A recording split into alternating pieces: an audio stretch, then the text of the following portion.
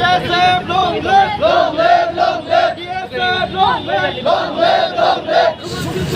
আমাদের দাবি মানতে হবে, মানতে হবে, মানতে হবে। নাইলেই সংগ্রাম চলছে, চলছে। নাইলেই সংগ্রাম চলছে, চলছে।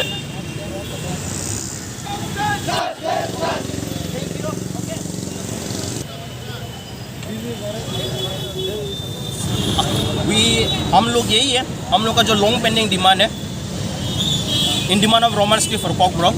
सो हम लोग यही रिमाइंड करना चाहते हैं कि जो अभी जो असेंबली चल रहा है उसमें जो प्लेस होने के लिए, एंड हम लोग यही बोलेगा जो हम लोगों का जो एमएलए मिनिस्टर है उन लोगों को जो प्लेस करने के लिए ये डिमांड, ये लॉन्ग पेंडिंग डिमांड, और जितना भी on behalf of the student and indigenous people हम लोग यही बोलना चाहते हैं कि ये जो लैंग्वेज है, जितना दूसरा लैंग्वेज को रेस्पेक्ट दिया जा रहा है, कॉक ब्रो को भी रेस्पेक्ट देने के लिए हम लोग इतना बोलना चाहिए।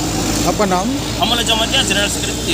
आप लोग रोमन स्क्रिप्ट के लिए मांग कर रहे हैं? हाँ, Roman script for language of Kock bro.